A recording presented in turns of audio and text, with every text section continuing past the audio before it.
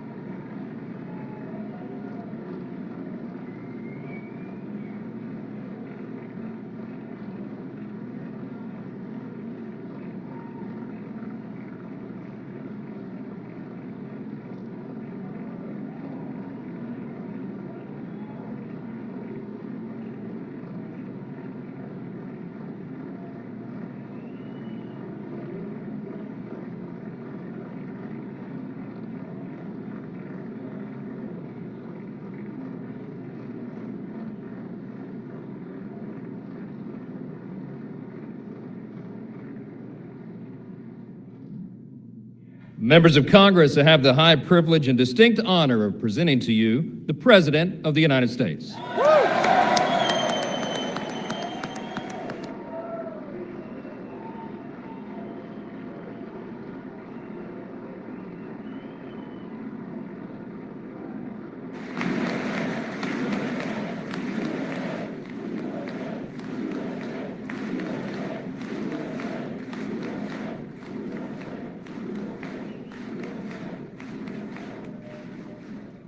Well, thank you very much, everybody. It's really an honor. Speaker Johnson, Vice President Vance, First Lady of the United States.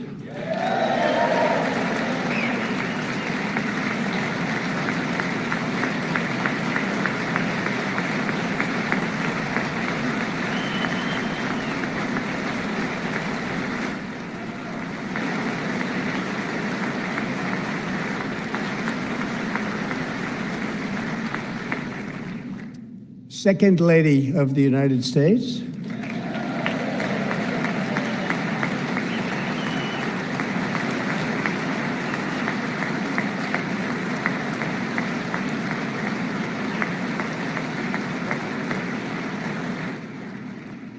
Members of Congress and my fellow Americans, our nation is back, bigger, better, richer, and stronger than ever before.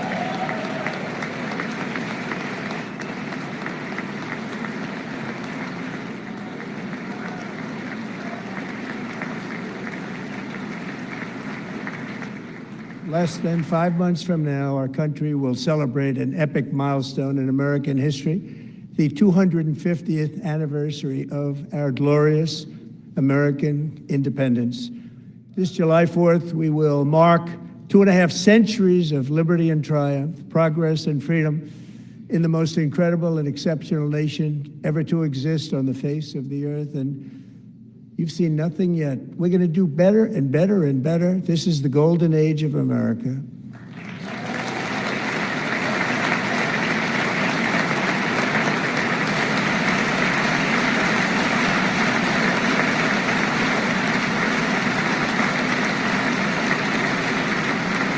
When I last spoke in this chamber 12 months ago, I had just inherited a nation in crisis with a stagnant economy, inflation at record levels, a wide open border, horrendous recruitment for military and police, rampant crime at home, and wars and chaos all over the world.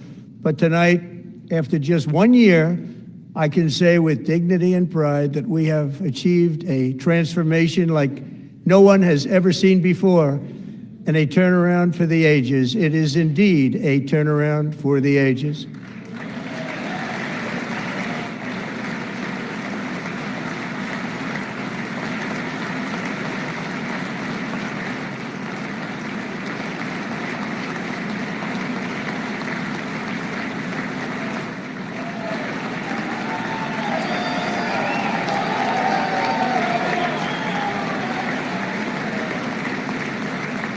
And we will never go back to where we were just a very short time ago. We're not going back.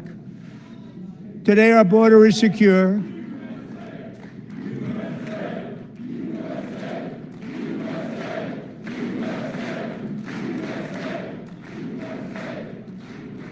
Thank you. Today, our border is secure. Our spirit is restored. Inflation is plummeting. Incomes are rising fast. The roaring economy is roaring like never before, and our enemies are scared. Our military and police are stacked, and America is respected again, perhaps like never before.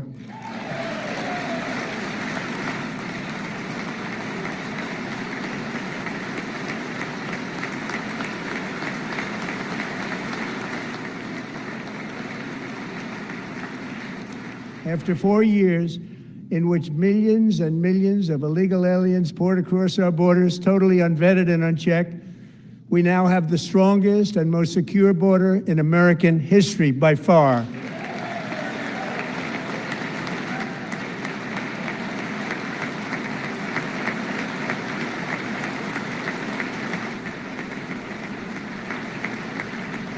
In the past 9 months, 0 illegal aliens have been admitted to the United States.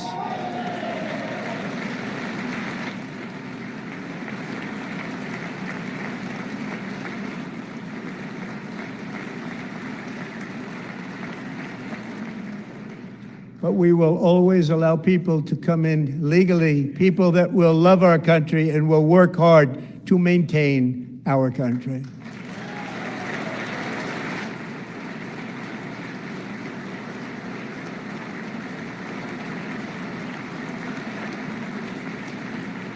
The flow of deadly fentanyl across our border is down by a record 56% in 1 year.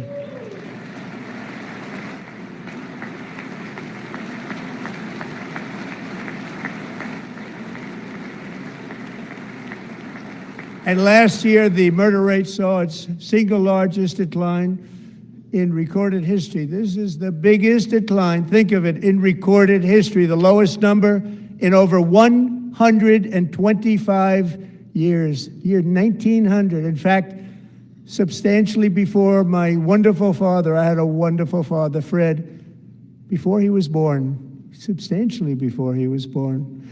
That's a long time ago. He wouldn't like me to say that, but that's a long time ago.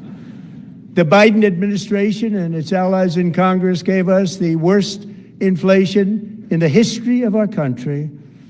But in 12 months, my administration has driven core inflation down to the lowest level in more than 5 years. And in the last 3 months of 2025, it was down to 1.7%.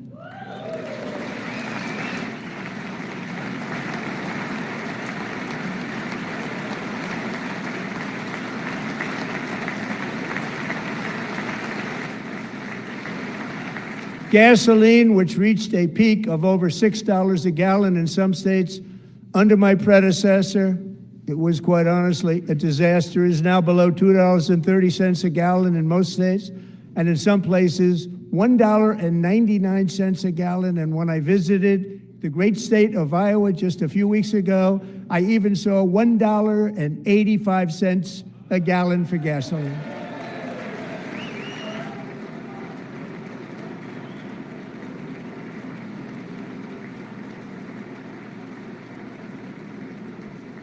Mortgage rates are the lowest in 4 years and falling fast, and the annual cost of a typical new mortgage is down almost $5,000 just since I took office. 1 year.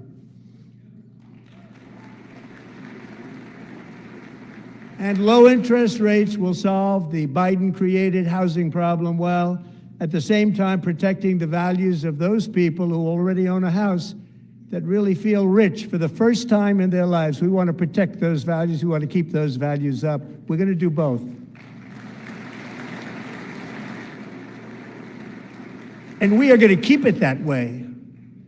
The stock market has set 53 all-time record highs since the election. Think of that, 1 year. Boosting pensions, 401ks, and retirement accounts for the millions and millions of Americans. They're all gaining. Everybody's up, way up. In 4 long years, the last administration got less than $1 trillion in new investment in the United States. And when I say less, substantially less. In 12 months, I secured commitments for more than $18 trillion pouring in from all over the globe.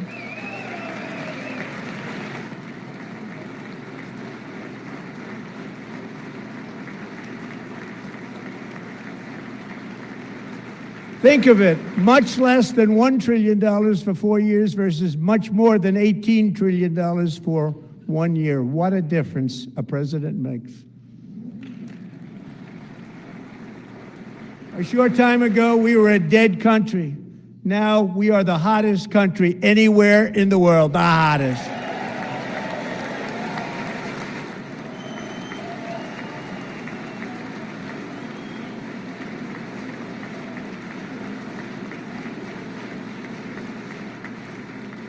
As thousands of new businesses are forming and factories, plants, and laboratories are being built, we have added 70,000 new construction jobs in just a very short period of time. It's getting bigger and bigger and stronger.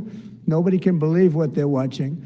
American oil production is up by more than 600,000 barrels a day, and we just received from our new friend and partner, Venezuela, more than 80 million barrels of oil.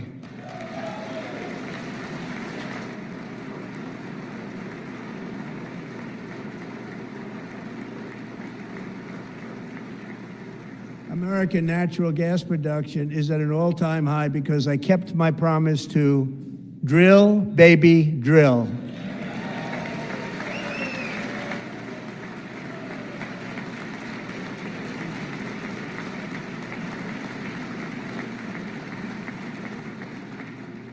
More Americans are working today than at any time in the history of our country. Think about that. Any time in the history of our country, more working today, and 100% of all jobs created under my administration have been in the private sector.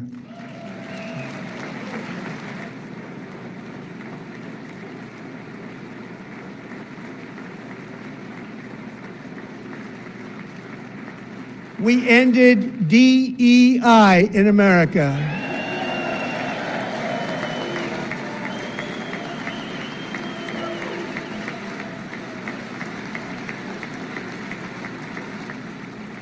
We cut a record number of job-killing regulations, and in 1 year we have lifted 2.4 million Americans, a record, off of food stamps.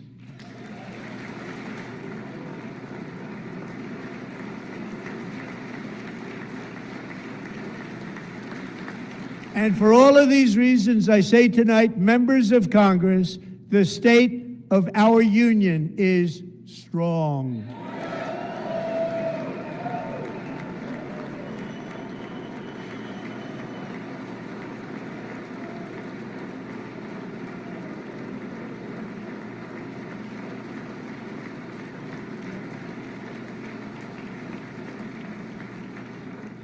Our country is winning again. In fact, we're winning so much that we really don't know what to do about it. People are asking me, please, please, please, Mr. President, we're winning too much. We can't take it anymore. We're not used to winning in our country. Until you came along, we're just always losing, but now we're winning too much.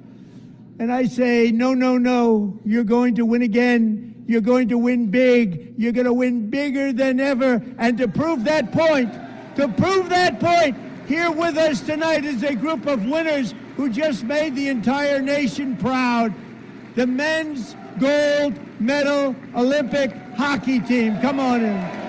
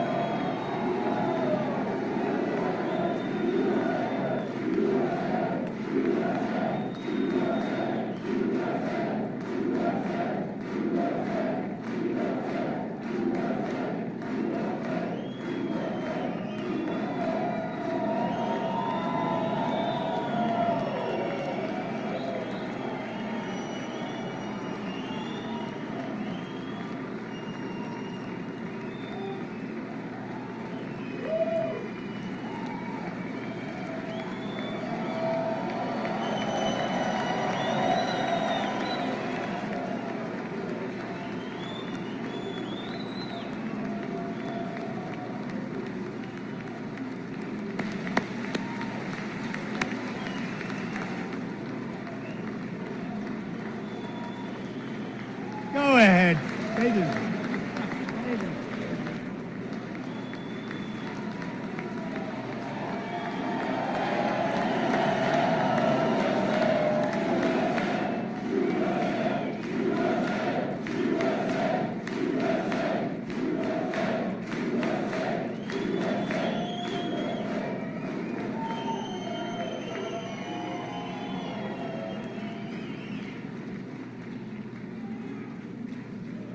That's the first time I've ever seen them get up. And actually, not all of them did get up. But they beat a fantastic Canadian team in overtime, as everybody saw, as did the American women who will soon be coming to the White House.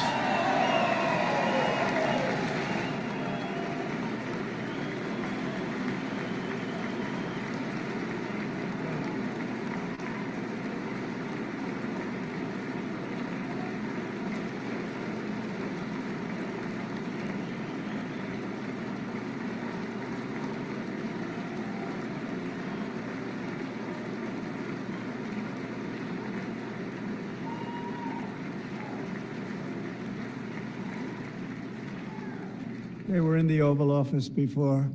And I just want to say a second very big congratulations to Team USA. But I have to say that, and I told them this, and we took a vote of the team. I said, anybody votes no, I'm not doing it. So they stood there, and they weren't about to say no, because I've never seen a goaltender play as well as goalie Connor Hellebuck.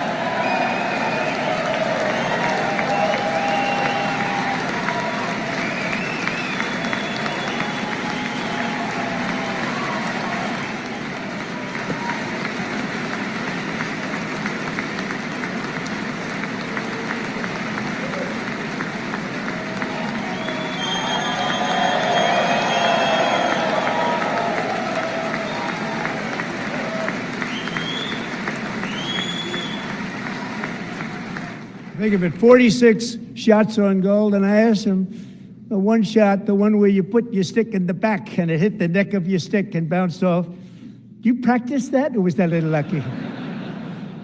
He refused to answer that question. But I just want to tell you that the members of this great hockey squad will be very happy to hear, based on their vote and my vote, and in this case my vote was more important, that I will soon be presenting Connor with our highest civilian honor, which we will be given and which has been given to many athletes over the years. But when I say many, not too many, like 12, it's called the highest civilian honor in our country, the Presidential Medal of Freedom.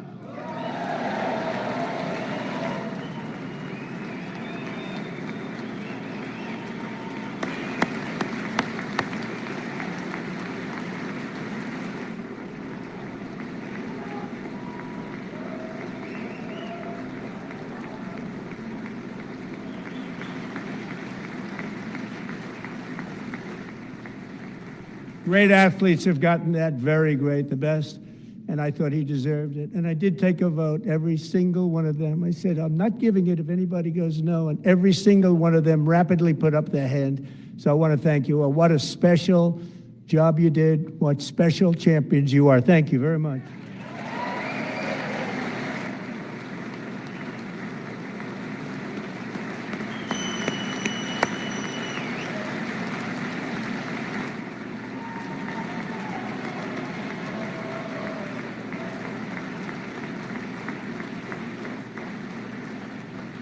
I'm also pleased to say that the next time the Olympic torch is lit, it will be here in America for the 2028 Olympics, and it's the summer version right in Los Angeles. We're going to do a good job in Los Angeles.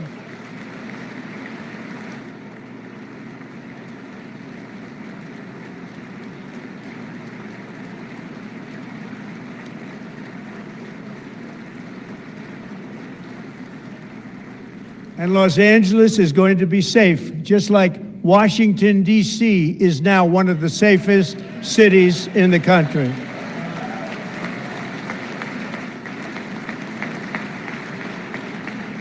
And this year, and I must say I got them both. I got them in my first term, and I was disappointed because I didn't think I'd be the president when this happened. But strange things took place. And now I've got them because I got the Olympics and I got the 2026 FIFA World Cup, and I wanted to claim the 250th, but I didn't get away with that one. I couldn't claim that one for myself. But we're getting the World Cup, so we have the World Cup and the Olympics coming, and that is exciting news.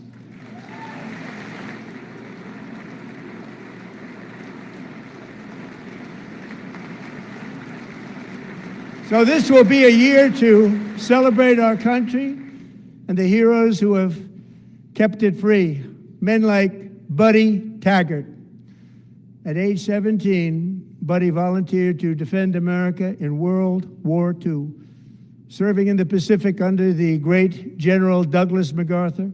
He fought bravely in the famous Battle of Manila, worked so hard. He was badly wounded and almost killed by enemy machine guns in Luzon. And 81 years ago this month, he liberated the largest internment camp in the Philippines, one of the largest anywhere in the world. Buddy earned many honors, including a Purple Heart and a Bronze Star, came home, started a family, and tonight he is in the gallery looking forward to July 4th, 2026, his 100th birthday.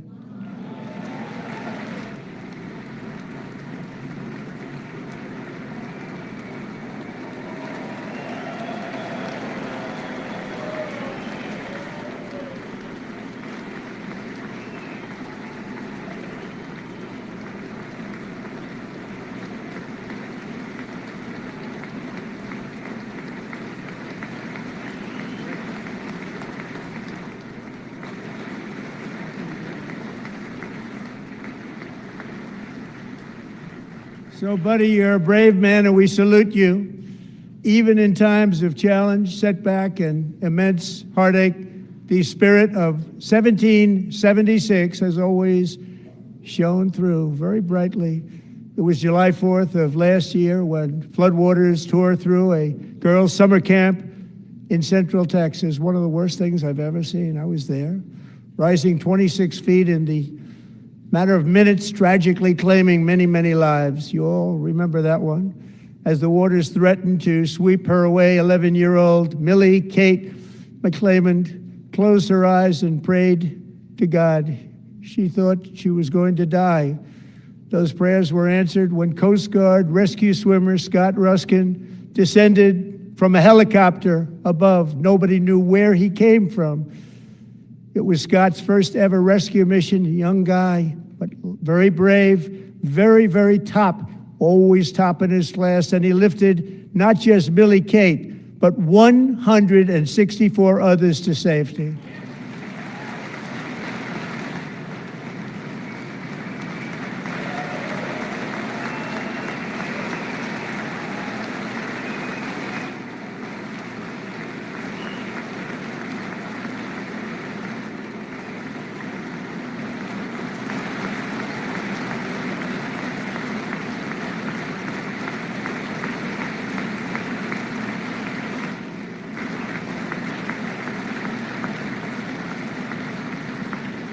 People watched Scott from a distance, and they couldn't believe what they were seeing. The winds were blowing, the rain was pouring, everything was going, and that rapid water, nobody's ever seen anything like it. They said, wow, that's something. Tonight, Scott and Millie Kate are here together, reunited for the very first time. Thank you, Scott, Millie Kate.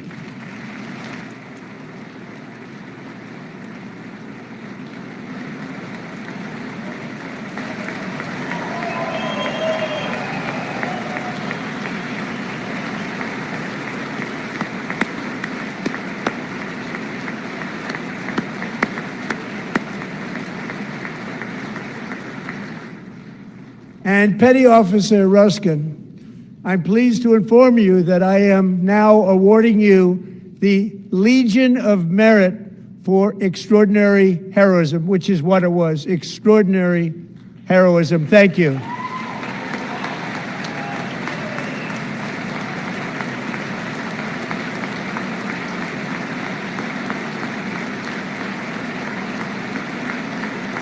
And I'd like to have the military aide to please come down and take care of the service. Military aide, thank you very much. Take care of that very important service. Thank you very much. From 1776 to today, every generation of Americans has stepped forward to defend life, liberty, and the pursuit of happiness. And they're really doing it for the next generation. But now it's our turn. Together we're building a nation where every child has the chance to reach higher and go further, where government answers to the people, not the powerful, and where the interests of hardworking American citizens are always our first and ultimate concern. That is the debt we owe to the heroes who came before us, and that is the promise we must keep to America for our 250th year. Last year, I urged this Congress to begin the mission by passing the largest tax cuts in American history, and our Republican majorities delivered so beautifully. Thank you, Republicans.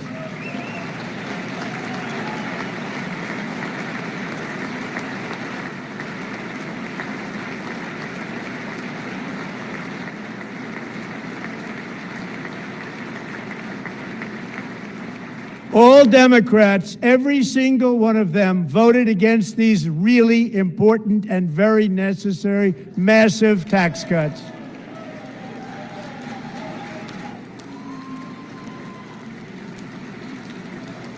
They wanted large-scale tax increases to hurt the people instead.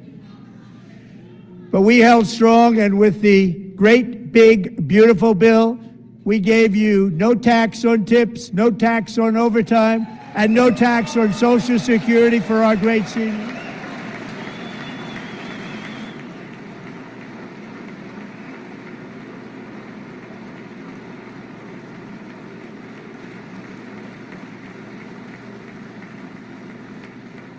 And we also made interest on auto loans tax deductible the first time, but only if the car is made in America.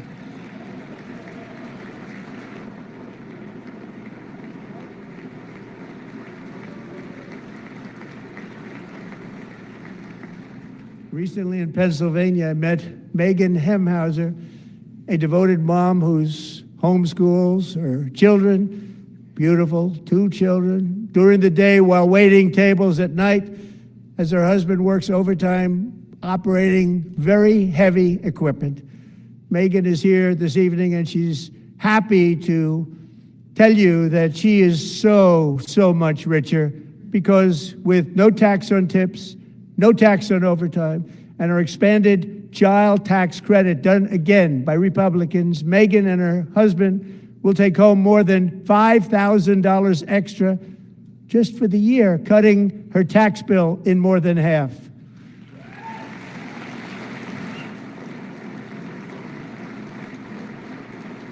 Megan, please stand up. We're fighting for you, Megan. Thank you, Megan. Thank you, Megan. We're fighting for you, Megan. Under our bill, parents like Megan can also activate their children's brand new Trump accounts.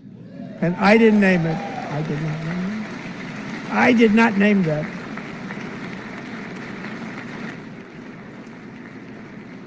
Nobody believes me, but I did not name it. It was named by a very tall man sitting right there in the third row. Nice man, a good man. Tax-free investment accounts for every American child. This is something that's so special and has taken off and gone through the roof. Millions will be pre-funded courtesy of the U.S. Treasury and private individuals like Michael and Susan Dell, who have donated $6.25 billion to fund the Trump accounts for 25 million American children. They're great people.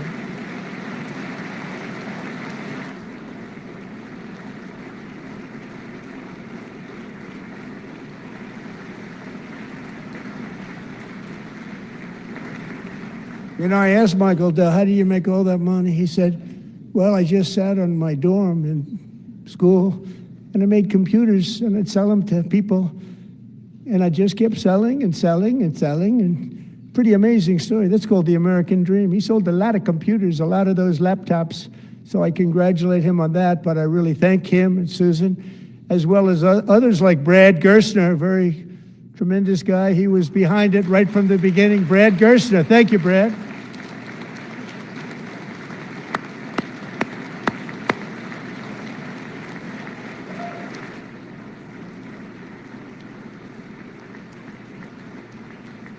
So with modest additional contributions, these young people's accounts could grow to over $100,000 or more by the time they turn 18. Think of it, how much money is that for somebody that started with nothing? Over 100,000, could be much more than that.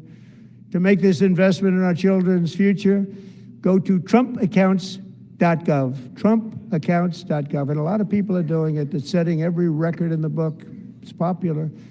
They knew what it was going to take. I'm so proud of them. I'm so proud of the people that got it started. And now it's just taken off. One of the primary reasons for our country's stunning economic turnaround, the biggest in history, where the Dow Jones broke 50,000 4 years ahead of schedule, and the S&P hit 7,000, where it wasn't supposed to do it for many years, were tariffs. I used these tariffs, took in hundreds of billions of dollars to make great deals for our country, both economically and on a national security basis. Everything was working well. Countries that were ripping us off for decades are now paying us hundreds of billions of dollars. They were ripping us so badly, you all know that. Everybody knows it. Even the Democrats know it. They just don't want to say it. And yet these countries are now happy, and so are we. We made deals. The deals are all done. And they're happy. They're not making money like they used to, but we're making a lot of money. There was no inflation, tremendous growth, and the big story was how Donald Trump called the economy correctly, and 22 Nobel Prize winners in economics didn't. They got it totally wrong. They got it really wrong. And then just 4 days ago, an unfortunate ruling from the United States Supreme Court. It just came down. It came down. Very unfortunate ruling. But the good news is that almost all countries and corporations want to keep the deal that they already made, right, Scott? Knowing that the legal power that I, as president, have to make a new deal could be far worse for them, and therefore they will continue to work along the same successful path that we had negotiated before the Supreme Court's unfortunate involvement. So despite the disappointing ruling, these powerful, country-saving, it's saving our country, the kind of money we're taking in, peace-protecting. Many of the wars I settled was because of the threat of tariffs. I wouldn't have been able to settle them without.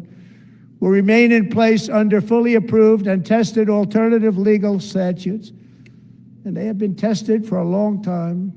They're a little more complex, but they're actually probably better, leading to a solution that will be even stronger than before.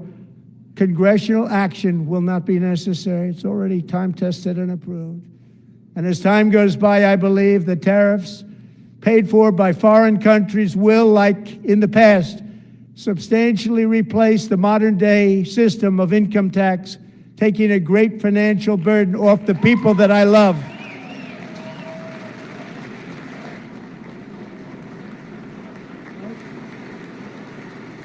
Right?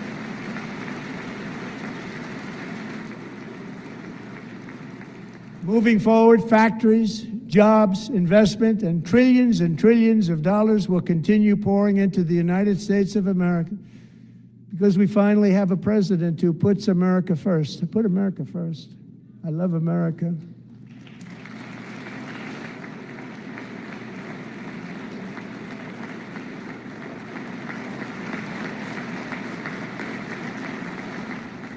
For decades before I came along, we had the exact opposite.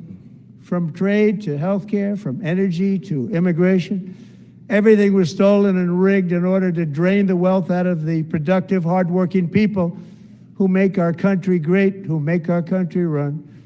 Under Biden and his corrupt partners in Congress and beyond, it reached a breaking point with the Green New scam, open borders for everyone. They poured in by the millions and millions from prisons, from mental institutions. They were murderers, 11,888 murders. They came into our country. You allowed that to happen. And record-setting inflation that cost the typical family $34,000 in just a speck of time.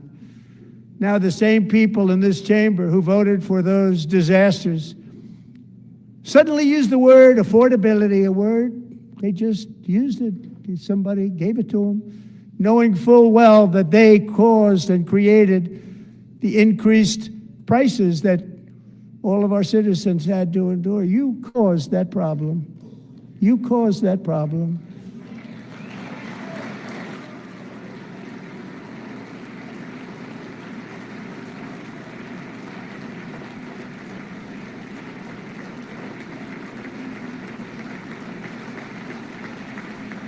They knew their statements were a lie. They knew it. They knew their statements were a dirty, rotten lie. Their policies created the high prices Our policies are rapidly ending them. We are doing really well. Those prices are plummeting downward.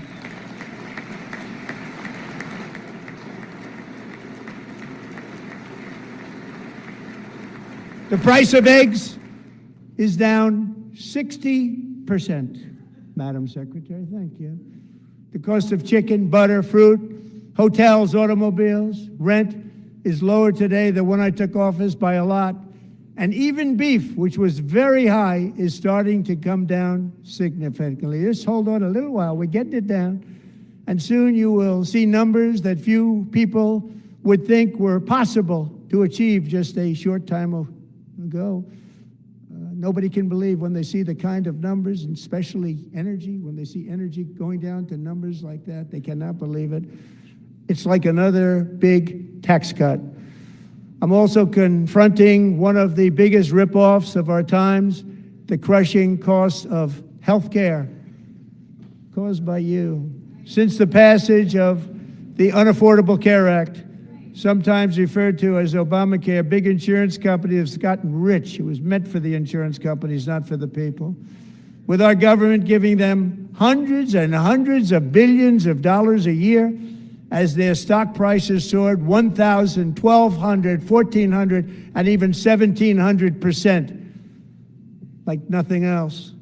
That's why I introduced the great health care plan. I want to stop all payments to big insurance companies and instead give that money directly to the people so they can buy their own health care, which will be better health care at a much lower cost.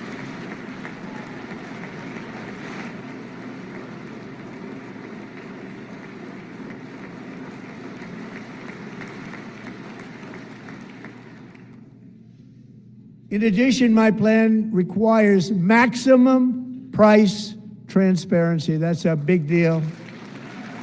Sounds so simple, so big. And I did that in my first term, and the Democrats immediately terminated it with full knowledge that they were doing a very bad thing for the people. Costs were going to go way up, and that's what happened, and now I'm bringing them way down on health care and everything else. I'm also ending the wildly inflated cost of prescription drugs like has never happened before.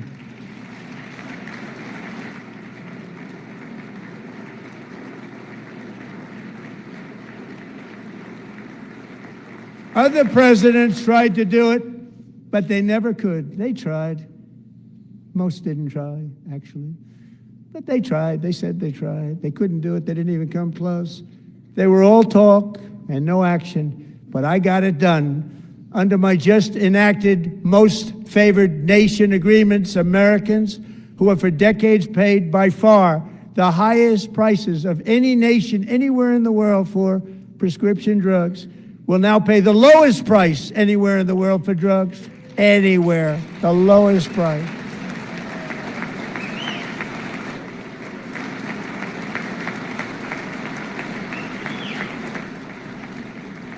So in my first year of the second term, should be my third term, but strange things happen. I took prescription drugs, a very big part of healthcare, from the highest price in the entire world to the lowest. That's a big achievement. The result is price differences of 300, 400, 500, 600% and more, all available right now at a new website called TrumpRx.gov. And I didn't name that one either, by the way.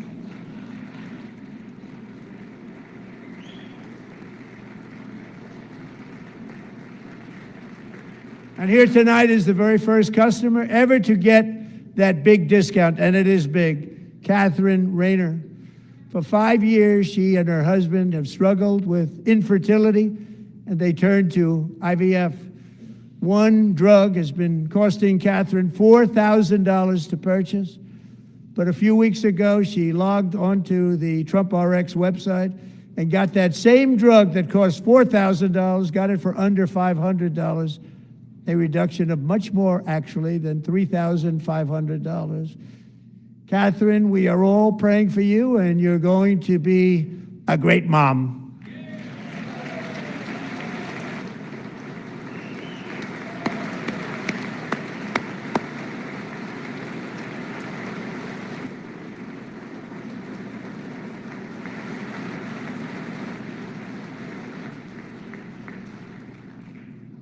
So now I'm calling on Congress to codify my most favored nation program into law. Now, the one thing I'm not sure it matters, because it's going to be very hard for somebody that comes along after me to say, let's raise drug prices by 700 or 800%. But John and Mike, if you don't mind, codify it anyway.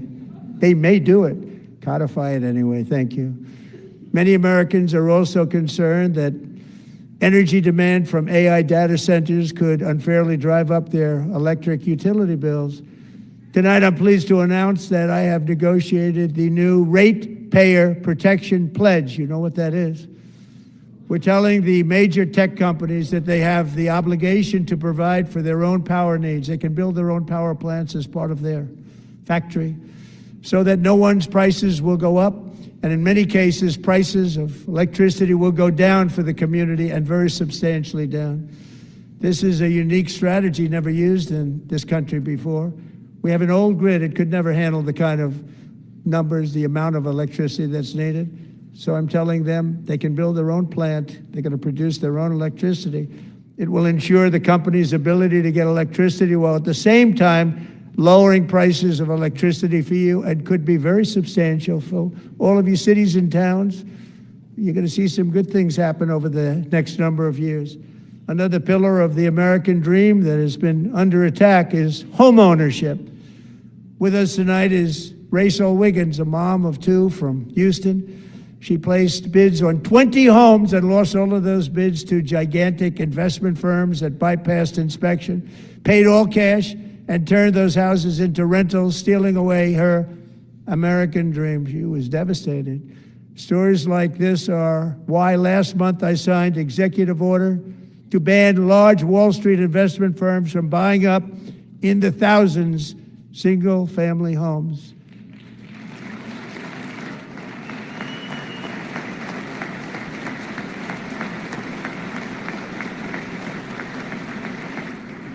And now I'm asking Congress to make that ban permanent, because homes for people, really, that's what we want. We want homes for people, not for corporations. Corporations are doing just fine. Rachel, thank you very much. Good luck with your home. You'll get one soon.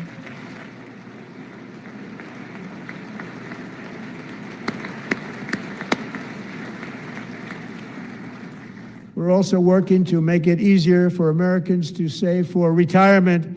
And under this administration, we will always protect Social Security and Medicare. They are not protecting it for our seniors. We will always protect Social Security, Medicare, Medicaid.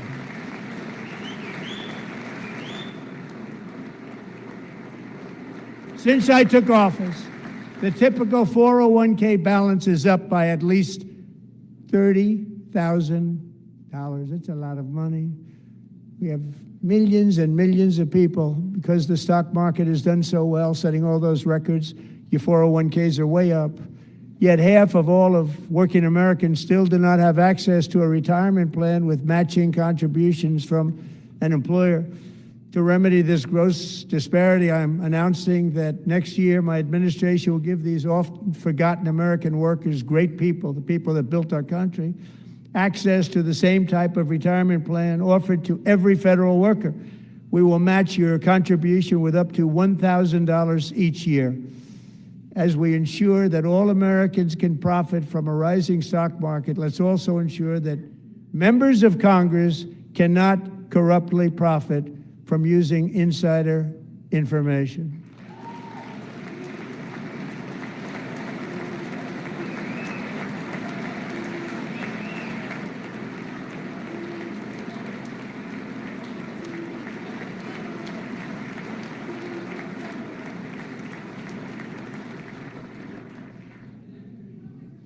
They stood up for that. I can't believe it.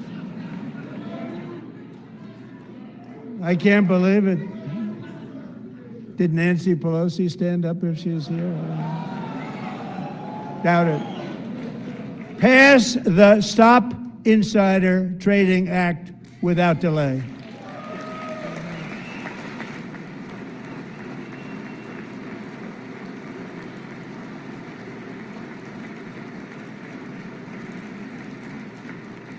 I wasn't sure if anybody even on this side was going to applaud for that. I'm very impressed. Thank you. I'm very impressed.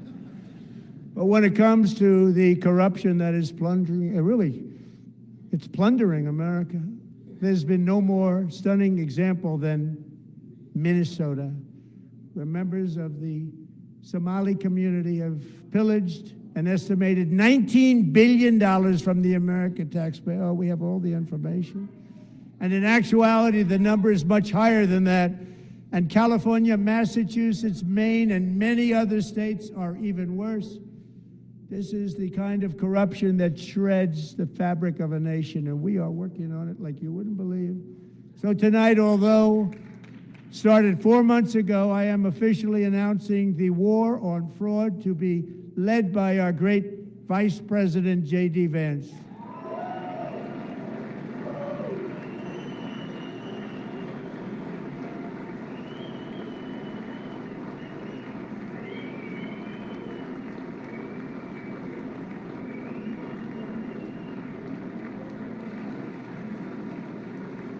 He'll get it done.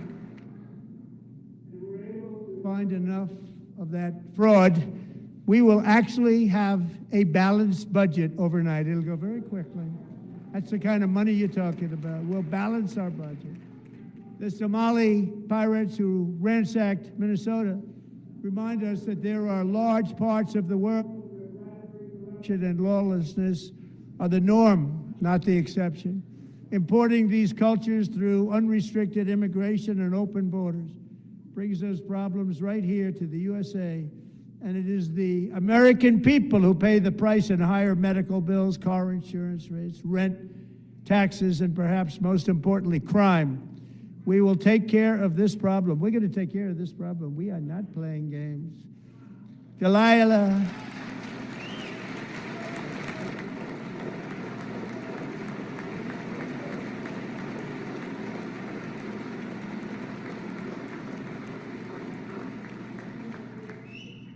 Delilah Coleman was only 5 years old in June 2024 when a 18-wheel tractor trailer plowed into her stopped car traveling at 60 miles an hour or more. The driver was an illegal alien let in by Joe Biden and given a commercial driver's license by open borders politicians in California. Doctors said Delilah would never be able to walk or talk, have a good life. She wouldn't even be able to eat again. But against all odds, she is now in the first grade learning to walk. And she's here this evening with her dad, Marcus, a fantastic man. Delilah, please, you are a great inspiration. Please stand up.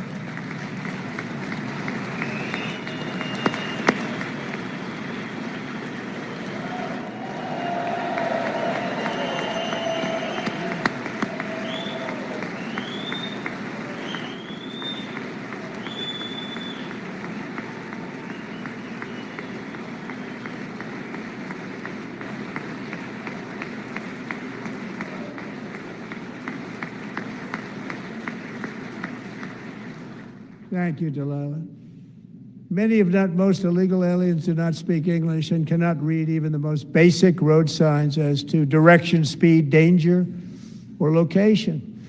That's why tonight I'm calling on Congress to pass what we will call the Delilah Law, barring any state from granting commercial driver's licenses to illegal aliens.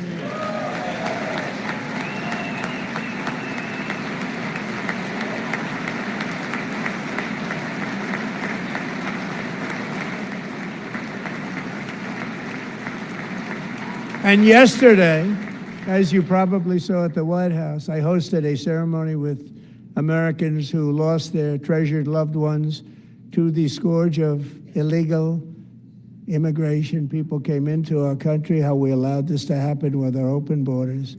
These are the angel moms and families that for decades our government betrayed and our media totally ignored. It was terrible. Hard to believe, actually. In 2023, a 16-year-old high school cheerleader named Elizabeth Medina was supposed to perform in her town's Christmas parade, but she never arrived. Her mother, Jacqueline, went home to look for her, and she found her lying dead in a bathtub, bleeding profusely after being stabbed 25 times. Lisbeth's killer was a previously arrested illegal alien who had broken in and brutally extinguished the brightest light in her family's life, violently and viciously. Her heartbroken mother is in the gallery to remind everyone in this chamber exactly why we are deporting illegal alien criminals to our country at record numbers, and we're getting them the hell out of here fast. We don't want them.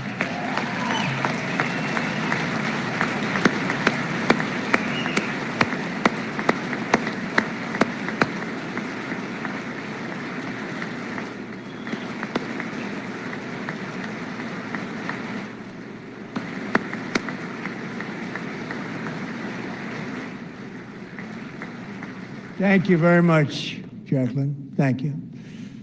We can never forget that many in this room not only allowed the border invasion to happen before I got involved, but indeed they would do it all over again if they ever had the chance. If they ever got elected, they would open up those borders to some of the worst criminals anywhere in the world. The only thing standing between Americans and a wide open border right now is President Donald J. Trump and our great Republican patriots in Congress. Thank you. Thank you.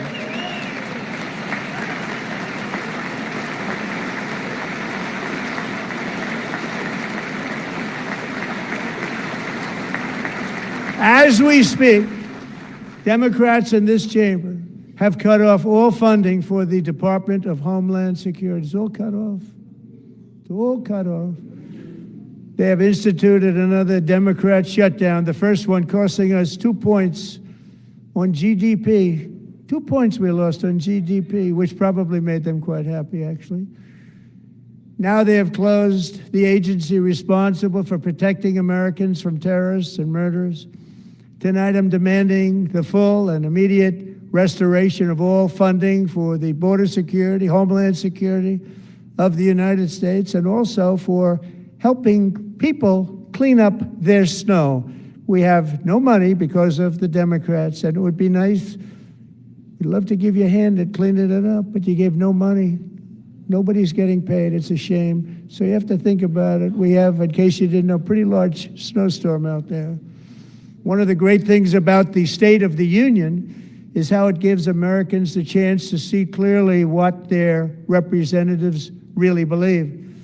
So tonight I'm inviting every legislator to join with my administration in reaffirming a fundamental principle. If you agree with this statement, then stand up and show your support.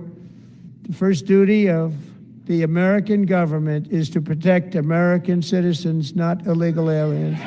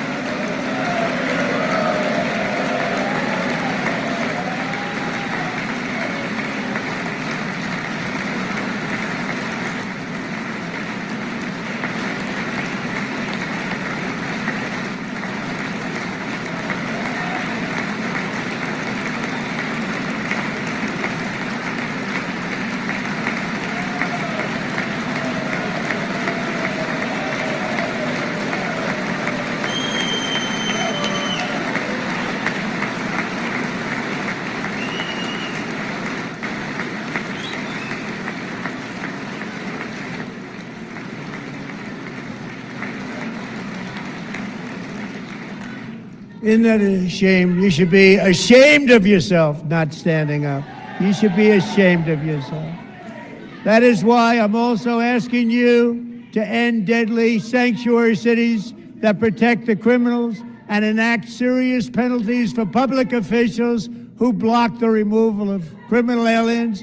In many cases, drug lords, murderers all over our country, they're blocking the removal of these people out of our country, and you should be ashamed of yourself.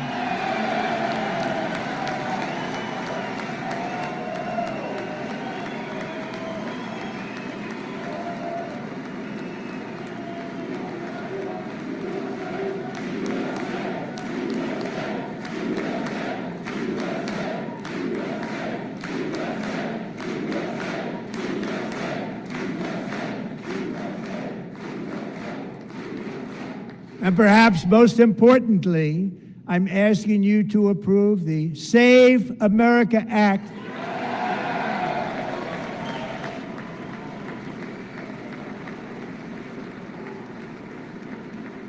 To stop illegal aliens and others who are unpermitted persons from voting in our sacred American elections. That cheating is rampant in our elections. It's rampant. It's very simple. All voters must show voter ID.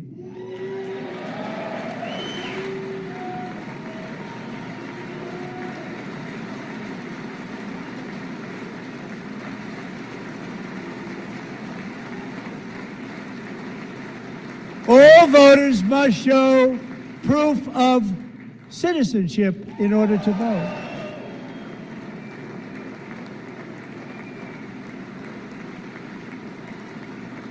And no more crooked mail-in ballots except for illness, disability, military, or travel. None. And this should be an easy one. And by the way, it's polling at 89%, including Democrats, 89%.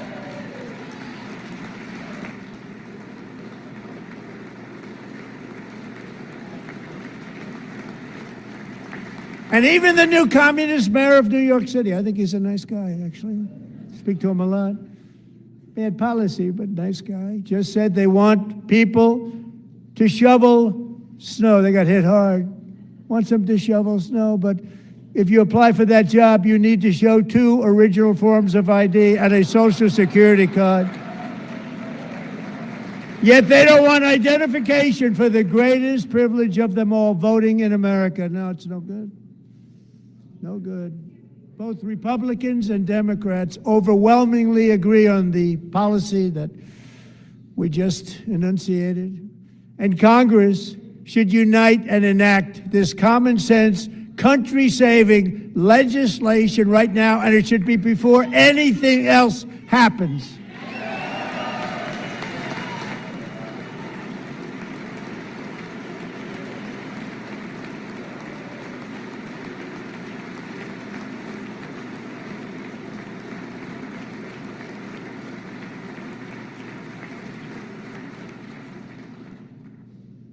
And the reason they don't want to do it, why would anybody not want voter ID? One reason, because they want to cheat. There's only one reason. They make up all excuses. They say it's racist. They come up with things you almost say, what imagination they have. They want to cheat. They have cheated, and their policy is so bad that the only way they can get elected is to cheat. And we're going to stop it. We have to stop it, John.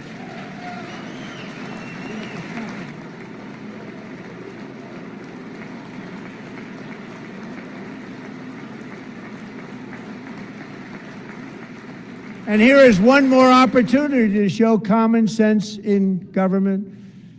In the gallery tonight are Sage Blair and her mother, Michelle. In 2021, Sage was 14 when school officials in Virginia sought to socially transition her to a new gender, treating her as a boy and hiding it from her parents. Hard to believe, isn't it? Before long, a confused Sage ran away from home after she was found in a horrific situation in Maryland. A left-wing judge refused to return Sage to her parents because they did not immediately state that their daughter was their son. Sage was thrown into an all-boys state home and suffered terribly for a long time. But today, all of that is behind them because Sage is a proud and wonderful young woman with a full-ride scholarship to Liberty University. Sage and Michelle, please stand up.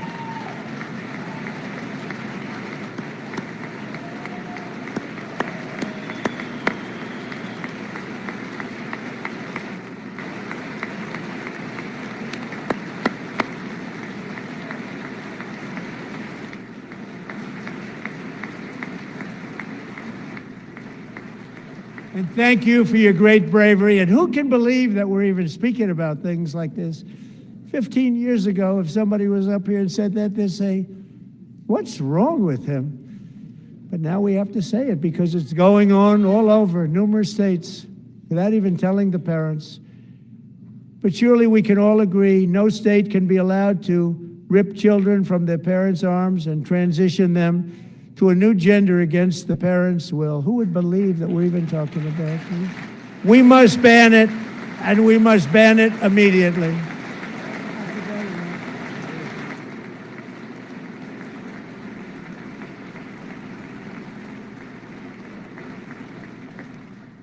Look, nobody stands up. These people are crazy, I'm telling you. They're crazy.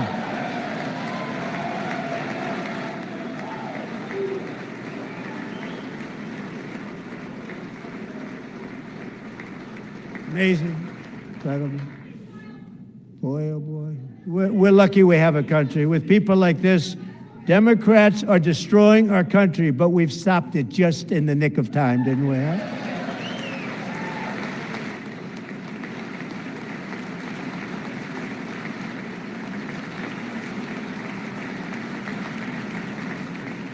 No one cares more about protecting America's youth than our wonderful First Lady, now a movie star. She's a movie star. Can you believe it? Who would have believed that? Over the past year, she has had an incredible impact championing AI legislation, advancing a landmark executive order on foster care, and helping secure $30 million to launch the Melania Trump Foster Youth to Independence Initiative. It's a tremendous, really a tremendous thing that happened and had a lot of bipartisan support. She gets much better bipartisan support than I do. I get none, she gets a lot. Someday you're gonna have to tell me how you did that. And students and educators in every state have joined the First Lady's efforts in the presidential AI challenge, keeping America's next generation positioned to succeed and strongly succeed in the future. Tonight, we welcome two young people whose lives reflect the First Lady's impact, Sierra Burns and Everest Nevermont. Thank you both, and Melania, thank you. I know how hard you worked on it. Thank you very much.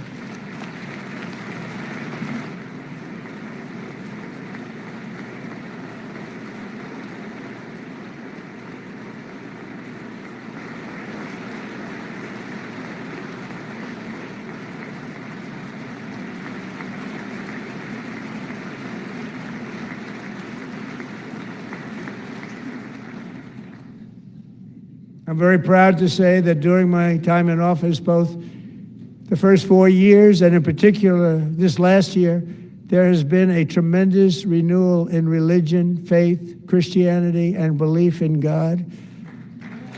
Tremendous renewal.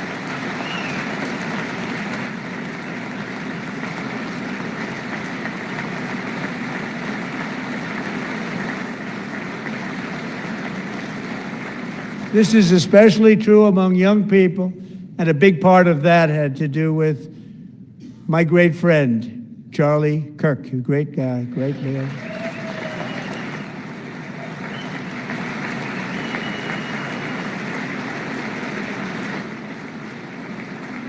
So last year, Charlie was violently murdered by an assassin and martyred, really martyred for his beliefs. His wonderful wife, Erica, is with us tonight. Erica, please stand.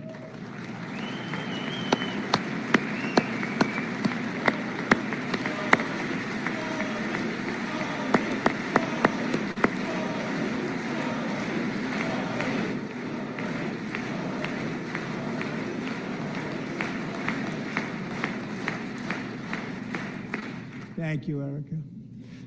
Been through a lot. In Charlie's memory, we must all come together to reaffirm that America is one nation under God, and we must totally reject political violence of any kind.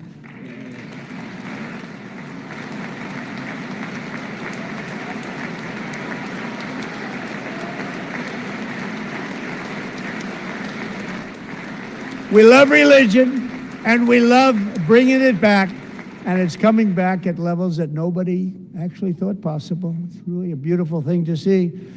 Above all, unleashing America's promise requires keeping our communities safe. We have made incredible strides, yet dangerous repeat offenders continue to be released by pro-crime Democrat politicians again and again. We are honored to be joined tonight by a woman who's been through hell, Anya Zarutska. In 2022, she and her beautiful daughter, so beautiful, what a beautiful young woman, Irina, fled war-torn Ukraine to live with relatives near Charlotte, North Carolina. And by the way, what's going on with Charlotte? Last summer, 23-year-old Irina was riding home on the train when a deranged monster who had been arrested over a dozen times and was released through no cash bail, stood up and viciously slashed a knife through her neck and body. No one will ever forget. There were people on that train. No one will ever forget the expression of terror on Irina's face as she looked up at her attacker in the last seconds of her life. She died instantly. She had escaped a brutal war only to be slain by a hardened criminal set free to kill in America, came in through open borders.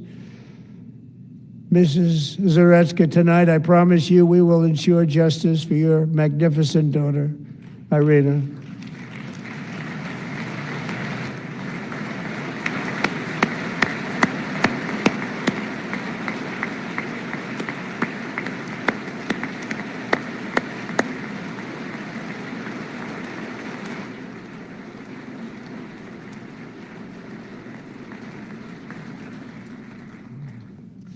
How do you not stand? How do you not stand? I'm asking this Congress to pass tough legislation to ensure that violent and dangerous repeat offenders are put behind bars, and importantly, that they stay there.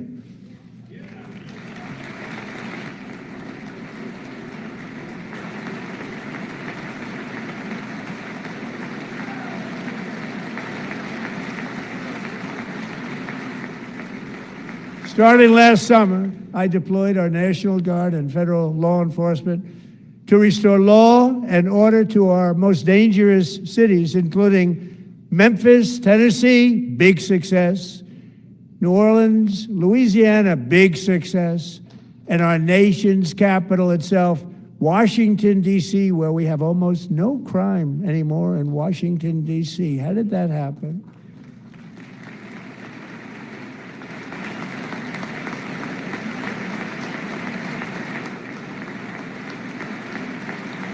In fact, crime in Washington is now at the lowest level ever recorded, and murders in D.C. this January were down close to 100% from a year ago.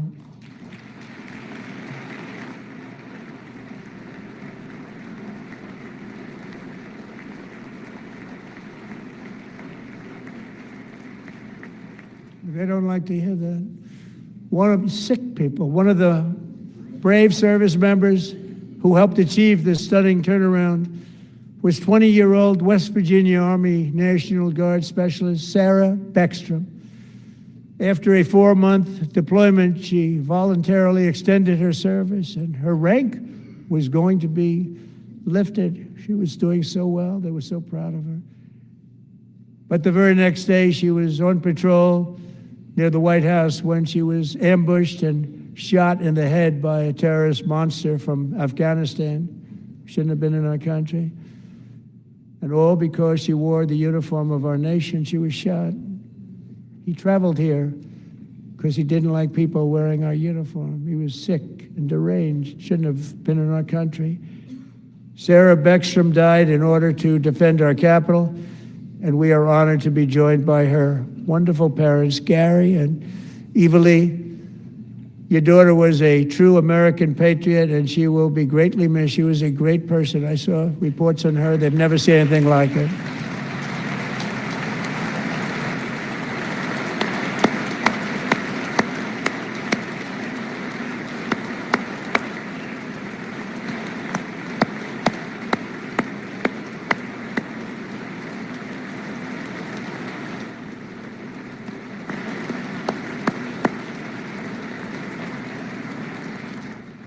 So sorry. Thank you very much.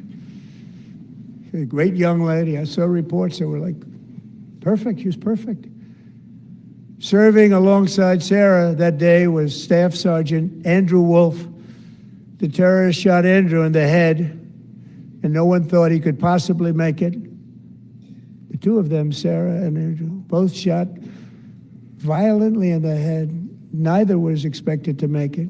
They weren't even given a chance, except his wonderful mother, named Melody, who I spoke to the same night, and she was so positive. The doctors thought that Andrew was gone, but his mother said, no, Mr. President, Andrew will be fine. He's going to make it. I've never seen anything like it. I mean, he was given almost no chance. She said, I have no doubt, sir, he's going to be okay. This was a conversation that I had with her that night, with her son laying helplessly in bed, blood all over. Everybody is praying, she said, sir, he will be okay. The doctors didn't understand what she was saying, and after looking at the results of the damage done, neither did I. She was so strong and conclusive that even Andrew's great father felt she didn't really understand the gravity of the situation. But she turned out to be right. Right, Melody? She turned out to be right.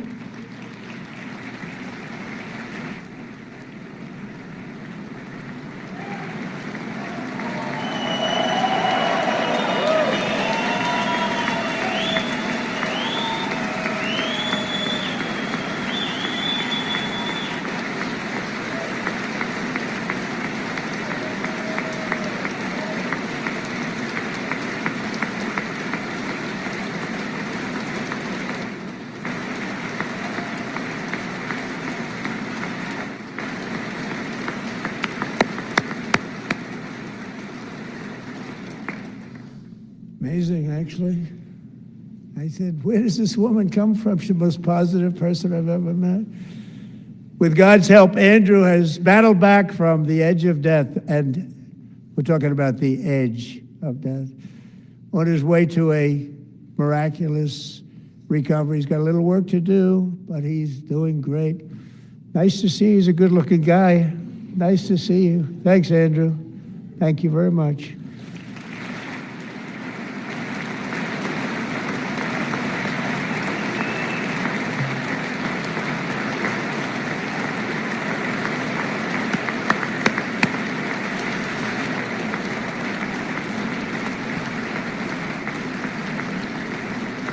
So, Andrew, while you're up, now I'm going to ask a highly respected General James Seward to present Staff Sergeant Andrew Wolf and the great family of Sarah Beckstrom with the award created by our late, great President George Washington himself. It's called the Purple Heart.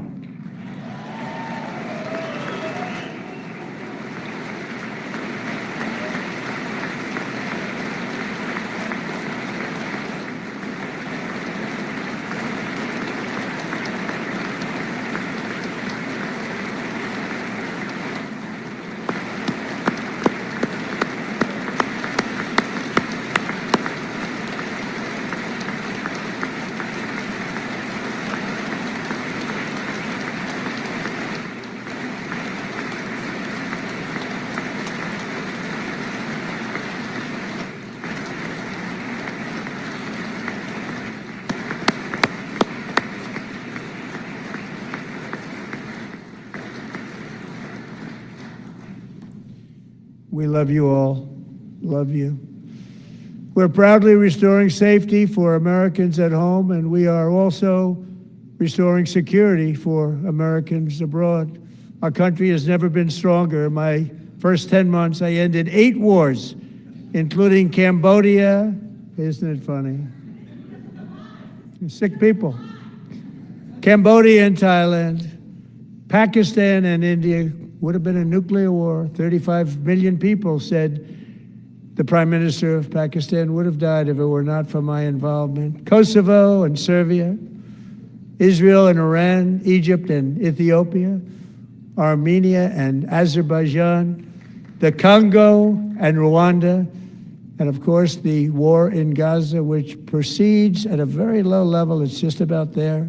And I want to thank Steve Witkoff and Jared Kushner for your help. Thank you, Steve. Thank you, Jared.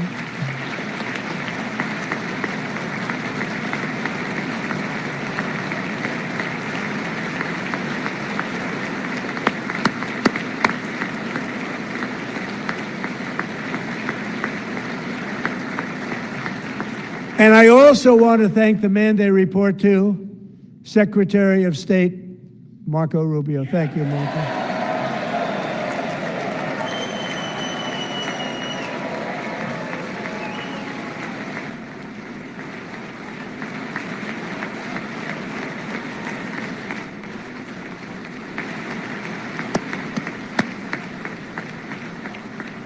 People like you.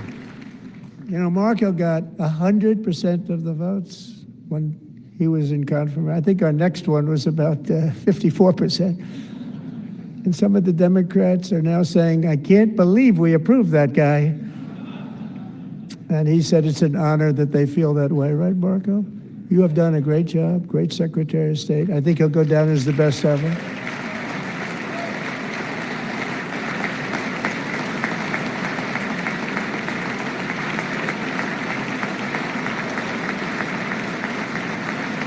Under the ceasefire I negotiated, every single hostage, both living and dead, has been returned home. Can you believe that?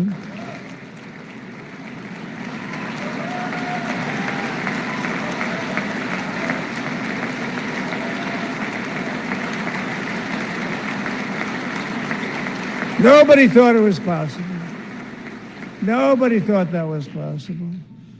Both living and dead. And those parents who had a dead son, their boy, they'd always tell me their boy, they wanted him as much as though he were living. It was an amazing period of time. And they came back, and when we got all of the living hostages back, and many, many before them, but I always said those last 20 are going to be very tough, but we got many, many more, hundreds. But I said those last 20 are going to be tough. We got them back. But we only got back 14 or 15 of the dead of the 28. And believe it or not, Hamas worked along with Israel, and they dug and they dug and they dug. It's a tough thing to do, going through bodies all over, passing up 100 bodies sometimes for each one that they found. Tough job. And they finally got it back to 27. And then Steve and Jared, they got it back to 28. They found all 28. Nobody thought that was possible, but we did it. And I remember the family of the 28th. They were so grieved, but they were so happy as it's possible to be. They had their boy back. The mother said, "Sir, we have our boy back." What a period of time that was, but we got them all back. So thank you both very much. Great job.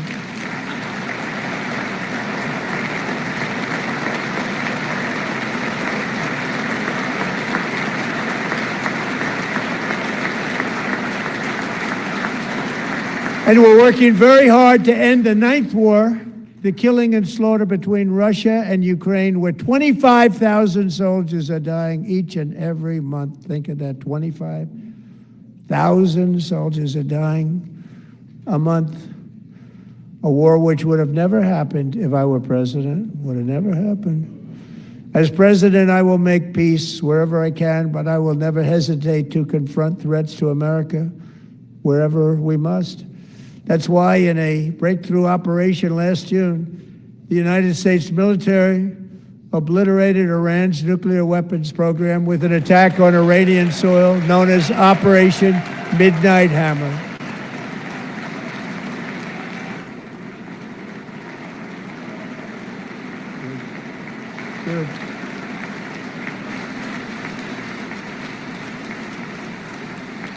For decades, it had been the policy of the United States never to allow Iran to obtain a nuclear weapon. Many decades.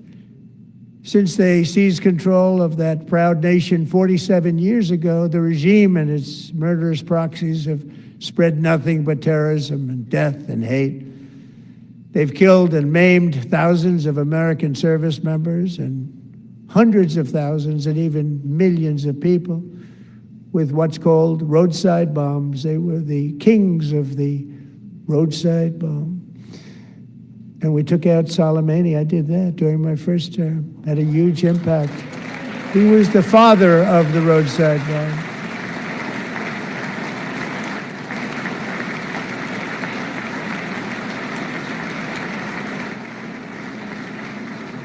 And just over the last couple of months with the protests, they've killed at least, it looks like 32,000 protesters, 32,000 protesters in their own country. They shot them and hung them. We stopped them from hanging a lot of them with the threat of serious violence. But this is some terrible people. They've already developed missiles that can threaten Europe and our bases overseas, and they're working to build missiles that will soon reach the United States of America. After Midnight Hammer, they were warned to make no future attempts to rebuild their weapons program, and in particular, nuclear weapons. Yet they continue, starting it all over. We wiped it out, and they want to start all over again, and are at this moment again pursuing their sinister ambitions. We are in negotiations with them. They want to make a deal, but we haven't heard those secret words. We will never have a nuclear weapon. My preference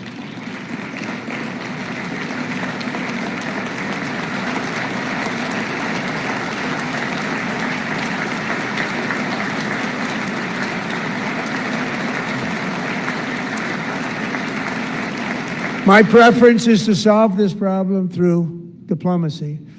But one thing is certain, I will never allow the world's #1 sponsor of terror, which they are by far, to have a nuclear weapon. Can't let that happen.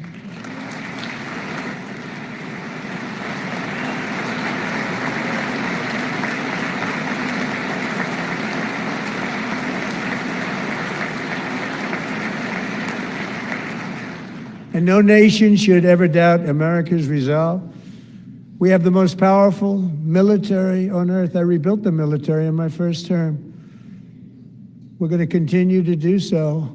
Also, we just approved a $1 trillion budget. We have no choice. We have to be strong, because hopefully we will seldom have to use this great power that we built together. It's really called peace through strength, and it's been very, very effective.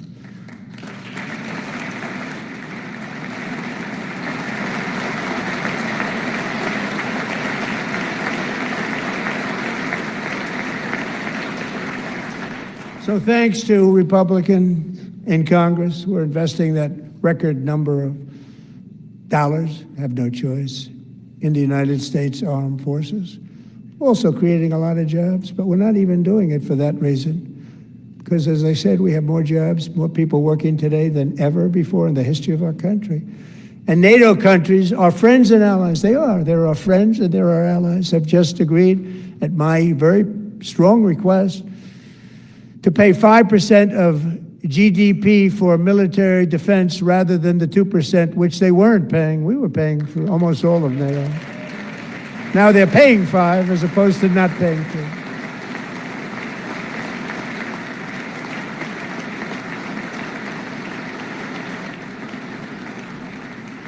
And getting that 5% was something which everyone said would never be done, could not happen. We got it really easily with one meeting. And big difference between 2% that's not paid. We were paying the freight of many of them. Very few were paid up. Now 5%, then they're paid. And everything we send over to Ukraine is sent through NATO, and they pay us in full. They pay us totally in full. Every branch of our armed forces is setting records for recruitment. This is so exciting. And every service member recently.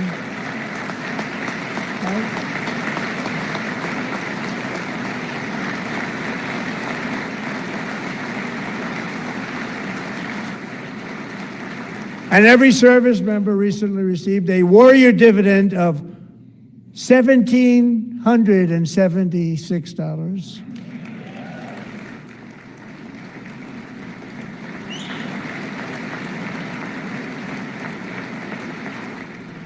You know, they put it on my desk. We got the money from tariffs and other things, a lot of money we have. We have much more money than people understand. Have to rebuild that program a little bit, but it won't take long. But we got the money, and it was $1,775, and they wanted my approval. And I said, what's the number? $1,775. I said, wait a minute, for one more dollar, we can have $1,776. It's going to I said, we're going to figure that. I never asked anybody if we could afford it. One more dollar, I said $1,776. And I said, that's good. And I'll tell you what, our military, that was 4 months ago, our military, I never see a person in the military that doesn't thank me for it, so we're honored to do it. They deserve it. And we call it 1776. It was great. And we love our military. We love our law enforcement.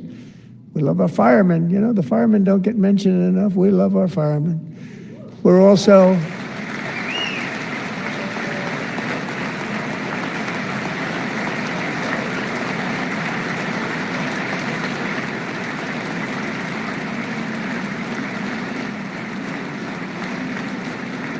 restoring American security and dominance in the Western Hemisphere, acting to secure our national interests and defend our country from violence, drugs, terrorism, and foreign interference. For years, large swaths of territory in our region, including large parts of Mexico, really large parts of Mexico, have been controlled by murderous drug cartels.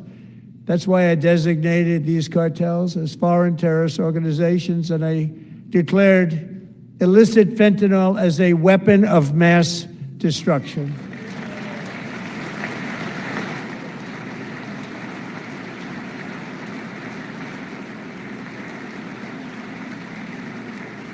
And with our new military campaign, we have stopped record amounts of drugs coming into our country and virtually stopped it completely coming in by water or sea. You probably noticed that. We very seriously damaged their fishing industry also. Nobody wants to go fishing anymore.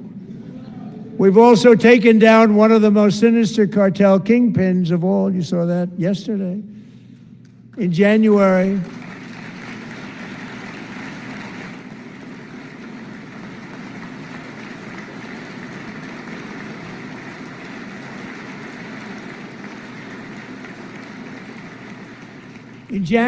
elite American warriors carried out one of the most complex, spectacular feats of military competence and power in world history. No one's seen anything like it. Foreign leaders, I won't tell you who, called me and they said, very impressive, very impressive. They couldn't believe, they all watched, they saw what happened. This is a different fighting force that we had years ago when we fought to tie. You know, it's a great fighting force. I'm so proud of it. Look at Space Force. Space Force is my baby, because we did that. My baby is becoming so important.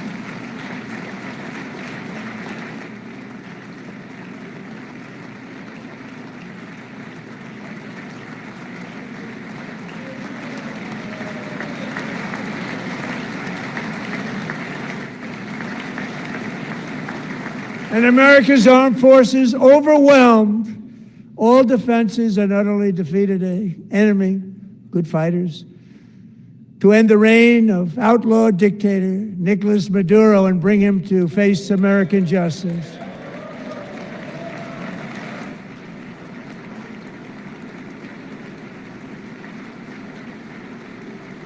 And this was an absolutely colossal victory for the security of the United States, and it also opens up a bright new beginning for the people of Venezuela. We're working closely with the new president of Venezuela, Delcy Rodriguez, to unleash extraordinary economic gains for both of our countries and to bring new hope to those who have suffered so terribly. They really did suffer. With us tonight is Alejandro Gonzalez. She grew up in a tight-knit Venezuelan family and was especially close to her beloved Uncle Enrique, But after Enrique ran for office and opposed Maduro, he was kidnapped by Maduro's security forces and thrown into the regime's really infamous prison in Caracas. Alejandro feared she would never see her uncle again. She feared for her own life also. But since the raid, we have worked with the new leadership, and they have ordered the closure of that vile prison and released hundreds of political prisoners already, with more to come. Alejandro, I'm pleased to inform you that not only has your uncle been released, but he is here tonight. We brought him over to celebrate his freedom with you in person. Enrique, please come down.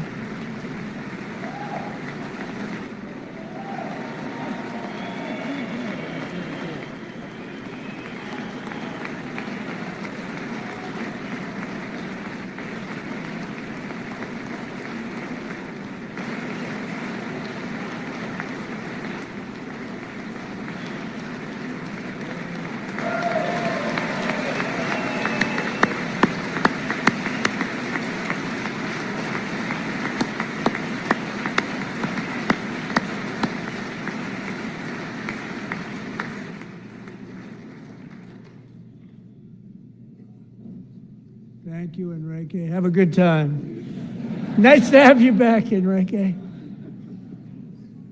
There were many heroes on that January raid to capture Maduro, really great heroes. It was very dangerous. They knew we were coming. They were all set. But the deeds of one warrior that night will live forever in the eternal chronicles of military valor. Chief Warrant Officer 5, Eric Slover, planned the mission and was the flight lead in the cockpit of the first helicopter, a big, beautiful, powerful helicopter. It was a massive Chinook carrying, as you can imagine, many, many American warfighters. Wearing the dog tags, his wife Amy had blessed with holy water before he left. She knew it was going to be a rough one.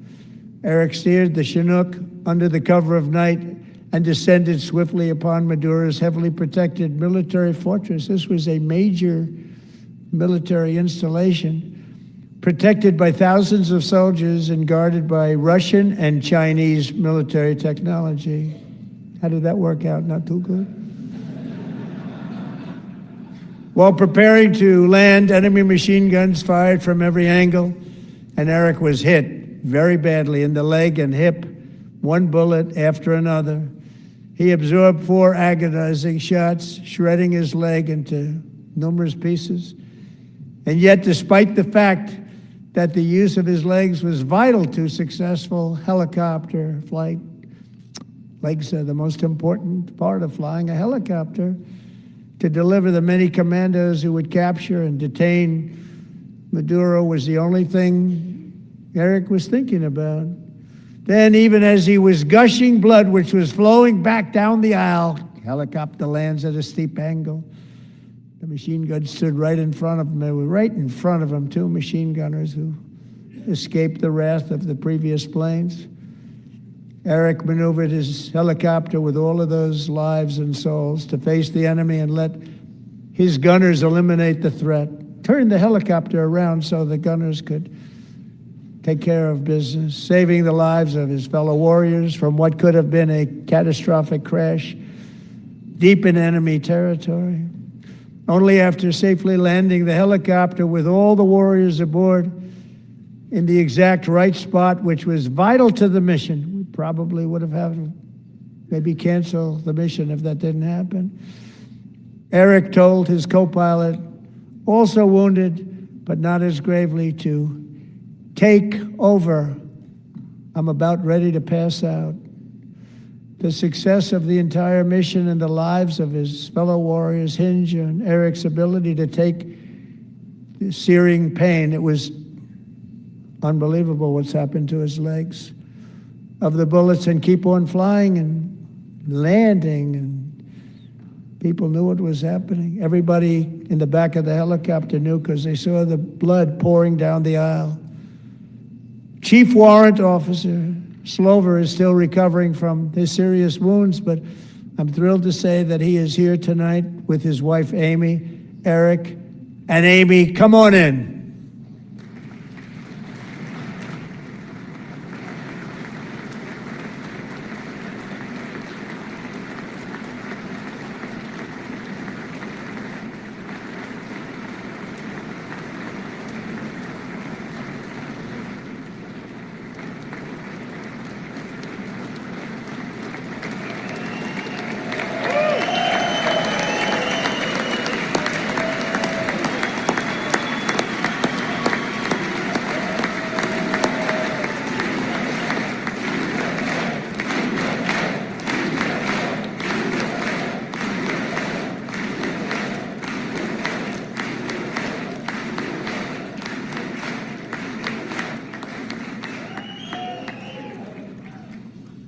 So we have a surprise for Eric and Amy.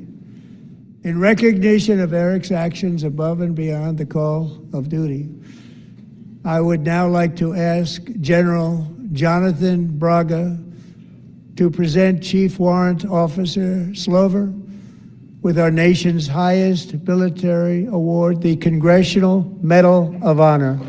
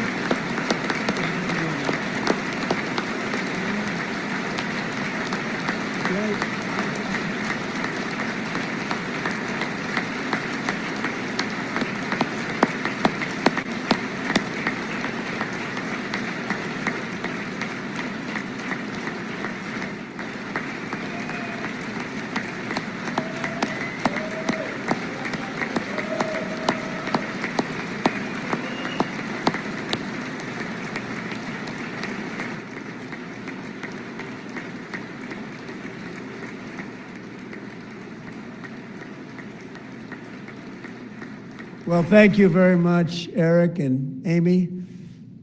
Great to get to know you. I met with them and with a lot of their fellow warriors at Fort Bragg recently. You notice the name Fort Bragg, we have it back, we brought it back. We won the First World War with it, the Second World War with it, and then they decided to change the name. So we changed it back. Everybody wanted to change back too. And 10 of Eric's fellow warriors from that incredible night of victory will also be receiving medals at a private ceremony that will soon be held at the White House, and Eric will be there. Thank you.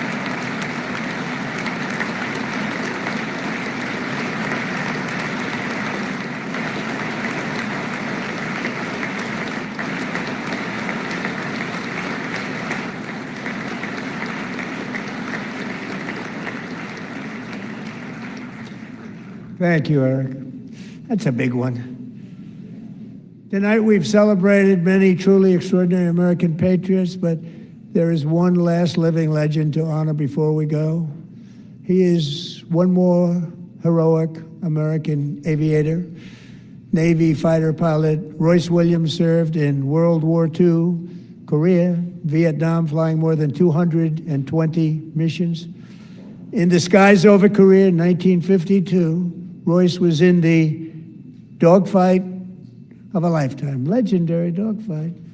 Flying through blizzard conditions, his squadron was ambushed by 7 Soviet fighter planes.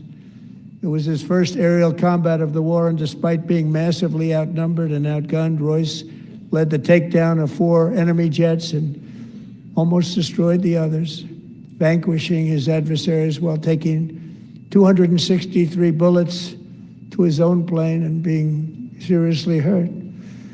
His story was secret for over 50 years. He didn't even want to tell his wife, but the legend grew and grew. But tonight, at 100 years old, this brave Navy captain is finally getting the recognition he deserves. He was a legend long before this evening. Royce, please stand up, and I will ask the First Lady of the United States to present Captain Royce Williams with his Congressional Medal of Honor.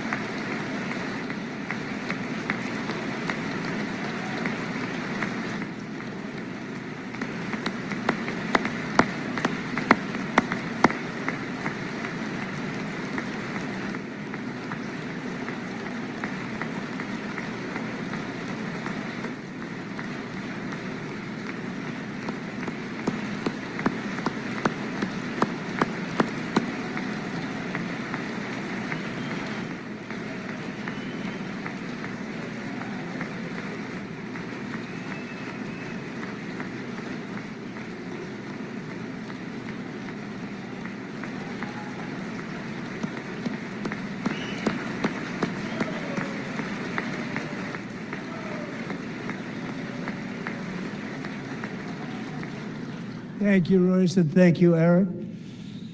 I've always wanted the Congressional Medal of Honor, but I was informed I'm not allowed to give it to myself, and I wouldn't know why I'd be taking it, but if they ever open up that law, I will be there with you someday.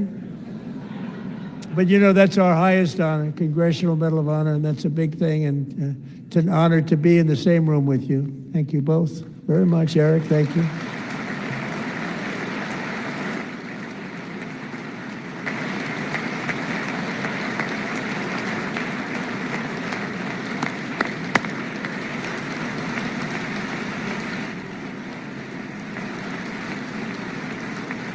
Thank you.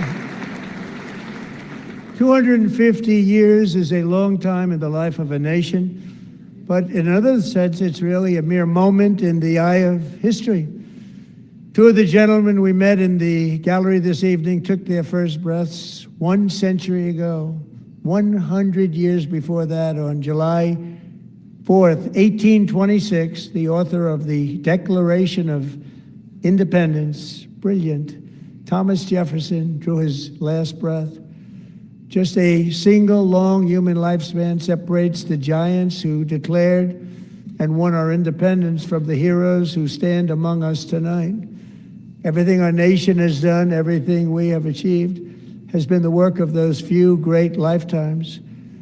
In those brief chapters, Americans built this nation from 13 humble colonies into the pinnacle of human civilization and human freedom, the strongest, wealthiest, most powerful, most successful nation in all of history. Americans ventured out across the daunting and dangerous continent. We carved paths through an unforgiving wilderness, settled a boundless frontier, and tamed the beautiful but very, very dangerous Wild West. From empty marshes and wide open plains, we raised up the world's greatest cities. Together we mastered the world's mightiest industries and shattered history's monstrous tyrannies. And we liberated millions from the chains of fascism, communism, oppression, and terror. Americans lifted humanity into the skies on the wings of aluminum and steel. And then we launched mankind into the stars on rockets powered by sheer American will and unyielding American pride. We wired the globe with our ingenuity. We captivated the planet with American culture. And now we are pioneering the next great American breakthroughs that will change the entire world. All of this and so much more is the enduring legacy, unmatched glory of the hardworking patriots who built and defended this country and who still carry the hopes and freedoms on all of humanity's backs. For years they were forgotten, betrayed, and cast aside, but that great betrayal is over and they will never be forgotten again, because when the world needs courage, daring, vision, and inspiration, it is still turning to America. And when God needs a nation to work his miracles, he knows exactly who to ask. There is no challenge Americans cannot overcome, no frontier too vast for us to conquer, no dream too bold for us to chase, no horizon too distant for us to claim. For our destiny is written by the hand of providence, and these first 250 years were just the beginning. From the rugged border towns of Texas to the heartland villages of Michigan, from the sun-kissed shores of Florida to the endless fields of the Dakotas, and from the historic streets of Philadelphia to right here in our nation's capital, Washington, D.C., the golden age of America is upon us. The revolution that began in 1776 has not ended. It still continues because the flame of liberty and independence still burns in the heart of every American patriot. And our future will be bigger, better, brighter, bolder, and more glorious than ever before. Thank you, God bless you, and God bless America.